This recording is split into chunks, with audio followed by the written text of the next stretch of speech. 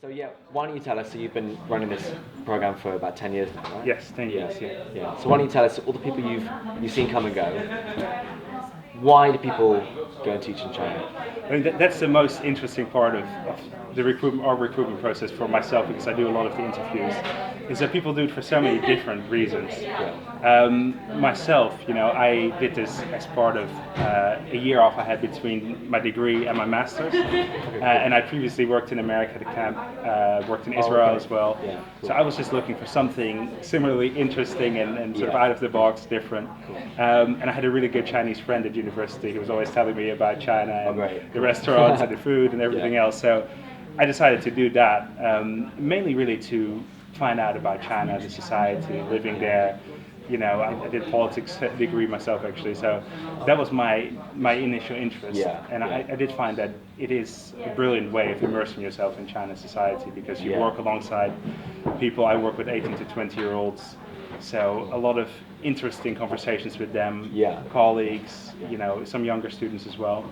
So I think that's a big group of people who do it for similar reasons to that, just an interest in China, fascination, increasingly also with Mandarin and the language.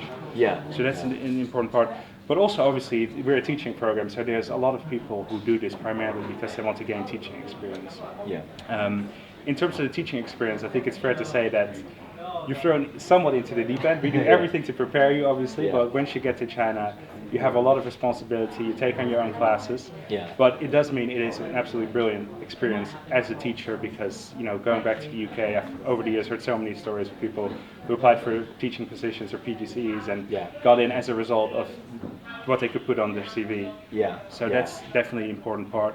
And then I think the third category would be more people who are looking to do something worthwhile, be it that they want to go into public speaking like yourself, or who are looking to go into diplomacy, or any field really.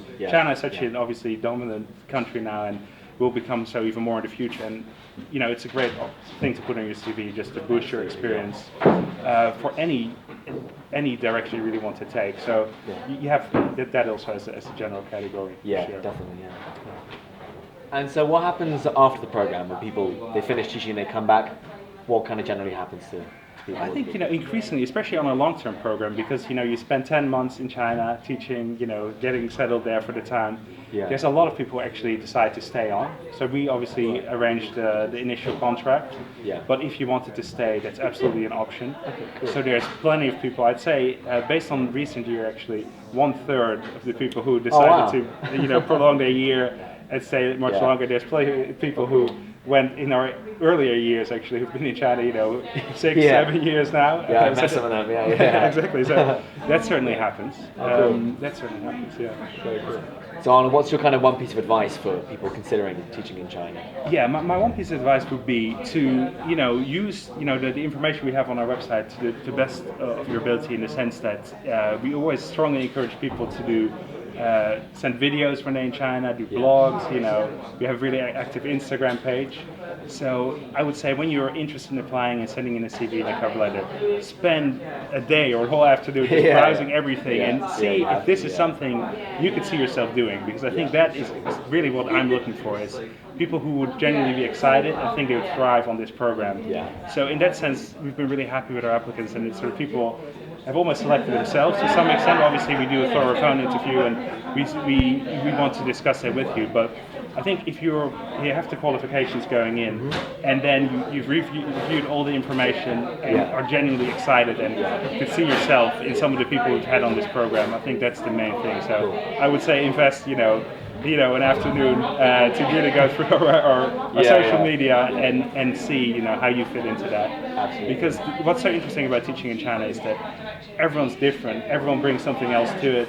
I work with some colleagues who were so different than me, but enjoyed the job just as much, but in a totally different way. Because I work with older students at my school, and I just came out of my degree, and I was a bit serious. I wanted to do debates and things. But some of my colleagues work with younger kids and played sort of games and just were silly. That wasn't really me, but that's brilliant. If that's how it works for you, that's good. So you can be all sorts of different people. I think that the common thread is just that you are someone who could see yourself doing this and see yourself enjoying it. So that's really the main thing.